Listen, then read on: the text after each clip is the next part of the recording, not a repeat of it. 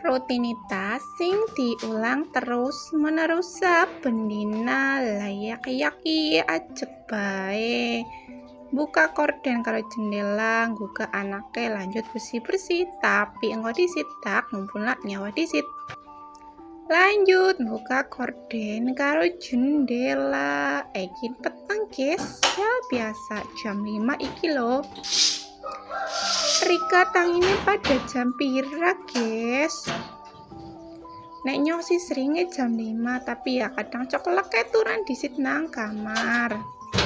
Lanjut kinggu ke anak wadon kontangi lah, wong wis sak tengah 6 kurang ya guys. Lanjut anak sing lanang juga tak gugah. Ya kon sholat gue wisman dan padang kan. Lanjut nyapu guys, nyapu kamar mburi disit iki.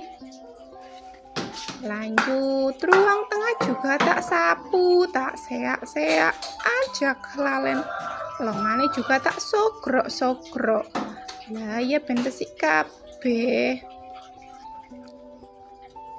Nek resik toli seneng ayem penak diambah ya guys. Lanjut kamar ngarep juga tak sapu, kamare anak lanang iki guys. Dela bewis padang jen perasaan miki yo iki remet-remet. Lanjut ruang tamune juga tak sapu iki guys.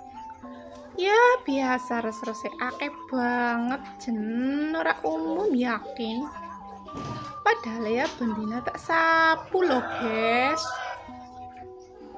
Lanjut turunane juga tak sapu guys.